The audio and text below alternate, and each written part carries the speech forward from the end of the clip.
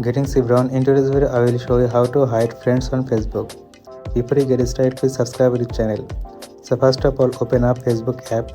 After that, go to menu and then tap add here to top open settings and privacy. Then tap right here to search for friends, just like that. After a couple of seconds, it will show you the result. And from here, we need to tap at who can see your friend list. We will be taken to the page where we can switch the privacy for our friend list. As you can see how it set it to public. However, we can see it to friends except specific friends or my only me.